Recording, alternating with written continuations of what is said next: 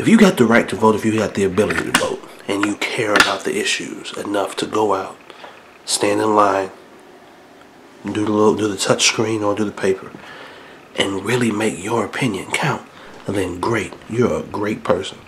However, what else are you doing to secure how you feel, what you feel is right for your life, for your country to be in place? Let me ask you this. If you're a minority, if you're Hispanic, if you're black, if you're Asian, if you're anything other than a white Christian, are you supporting other people of your own demographic? If you're black, are you going to black-owned grocery stores? Are you going to black-owned confectionaries? Are you going to black-owned bakeries? Are you going to black-owned clothing stores? Are you really investing in your own community? If you're Hispanic, I already know you are. If you're Jewish, I already know you are. If you're Asian of any kind, I'm pretty sure you are. But I know that every black person, every person of African descent had knowledge where any black-owned establishment is. And you know what? Either it's too far, or their stuff's too raggedy, or their stuff isn't the quality that I want, or you just don't care enough to go out and do exactly what you need to do, as opposed to voting in this election. I'm not saying voting is not important. I voted. I will never say voting is not important. All I'm saying is that ain't it. If you look at any community, and I touched on this a second ago, if you look at any community, and of course I can really only speak in St. Louis because I'm from St. Louis, greatest city in the world. I'll say that in a lot of communities, whether or not the CEO lives next to the janitor, doesn't matter. It's the fact that they bring all of their money together. They're shopping at the same stores. They're going to the same dry cleaners. They're going to the same house of worship, whether it be a synagogue, a temple, or a church. They're probably doing a whole lot more things together than we can say that we are. Now, church might be a far cry, because the church I went to for most of my life had some pretty well-to-do people, a lot of business owners, a lot of people just plain wealthy, rich, whatever you want to call them, and also had some poor as dirt people. Now, this is not the video where I'm going to go into the terrible things about that church. However, there was one thing that I noticed, and it was that the people with the most money tended to do the least, aside from probably their tithes and offerings. The people who seemed to do the most work, honestly, people who I saw doing the most work, I could be wrong, people who I saw doing the most work were the poor as dirt people, and all they had to offer was these right here. So, I say that to say, it takes a community. That's why I say church is a little bit different. Church is a little bit different. Church can, and a lot of times does, act as a community between the rich people with their money and the poor people with their work ethic and their ability to work and their time. So, that's one thing. That's one of the few places where, gotta go to black people because I'm black. That's one of the few places where black people can actually pull their resources. Why can't we do it anywhere else? I'm not saying people don't try. A lot of people do try, but for whatever reason, they get shut down. If I can use an example, I'll go to Sterling's Market. When I was a little kid, over in this neighborhood called Baden, they had a place called Sterling's Market. It was a grocery store, just like Schnucks, Shop and Save, Stop and Shop. It was a grocery store. Couldn't have been too much different from any other grocery store because it was just a grocery store. They had apples and oranges, milk and cereal, some bread, probably some steaks, potato chips, Zuzus and whams, as my mom calls them. Bottled water, I'm sure.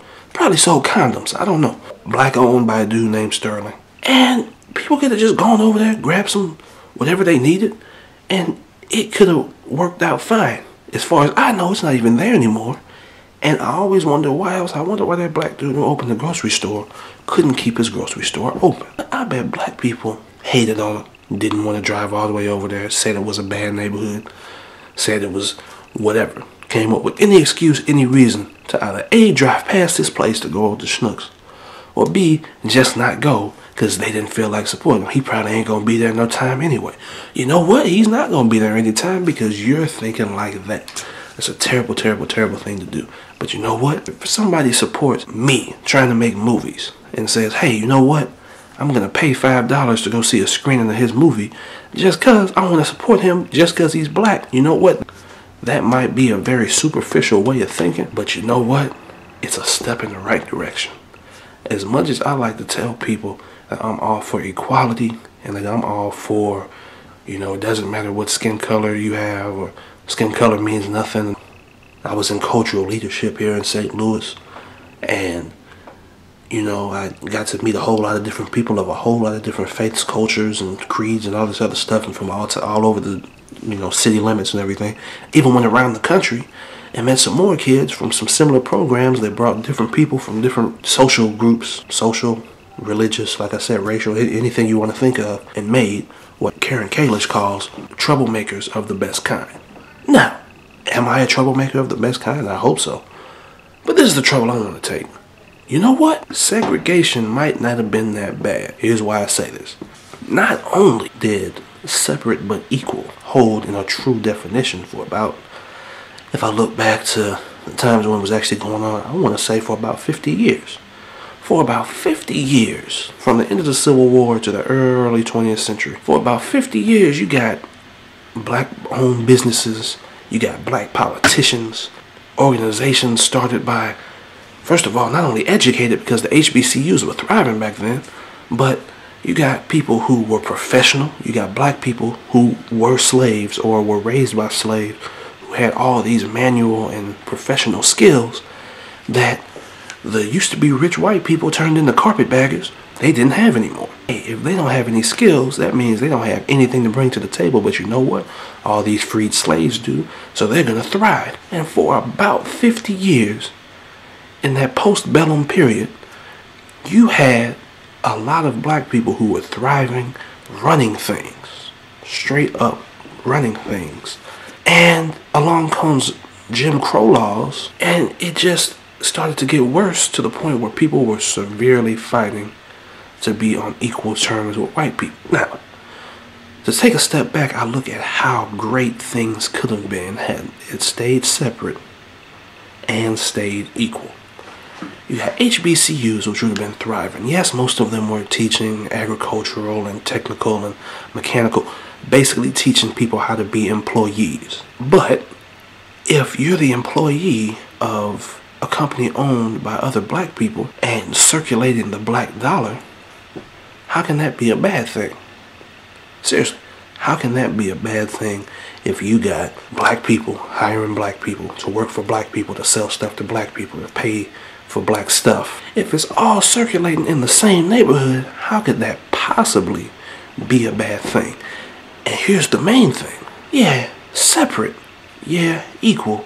But eventually, yeah, business partners, because you can't have a whole city circulating any religion, any culture's dollar, and they're not going to eventually have to do some business with another culture, with somebody else outside.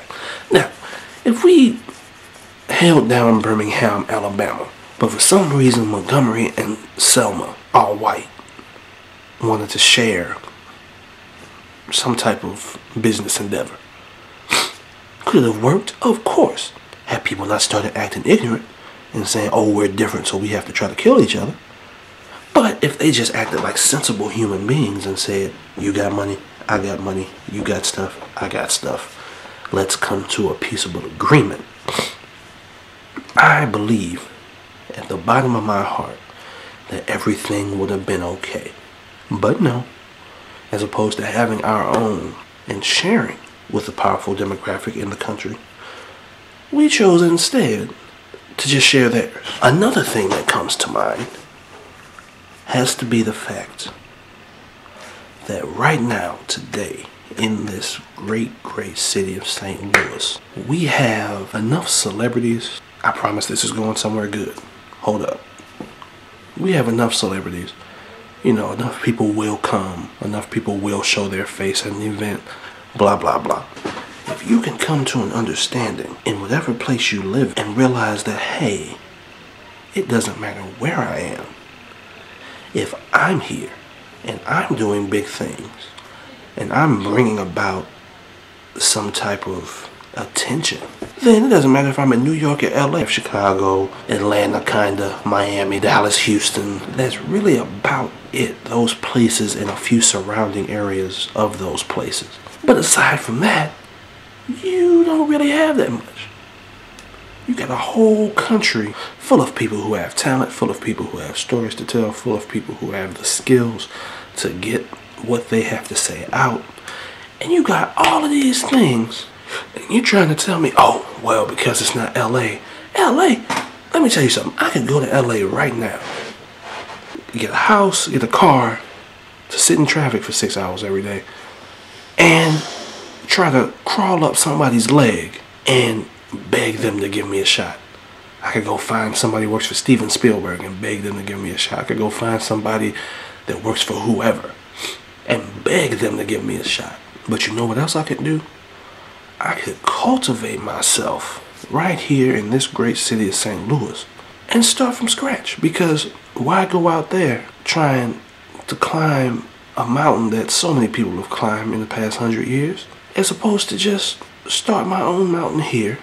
You got a great place out there that somebody already got to, and so many people have gone out there and sold their souls. And it's gotten to the point now where, from my sources, it's not even really the hottest spot to be because everybody's going global. And people still run. People are always going to run to those places. But what I'm saying is, at this point in time, 2012, looking towards the future, it's way too easy to just run. And it's way too hard to think that you're going to actually get somewhere. Why not start here? Invest in my culture, invest in my neighborhood, invest in my city, and end up at the top of something that I built, as opposed to climbing up to the top of somebody else's mountain. If I end up at the top of something I built and make people notice it, how great could that be? If we as black people invest in ourselves and make our own mountain, how great could we be?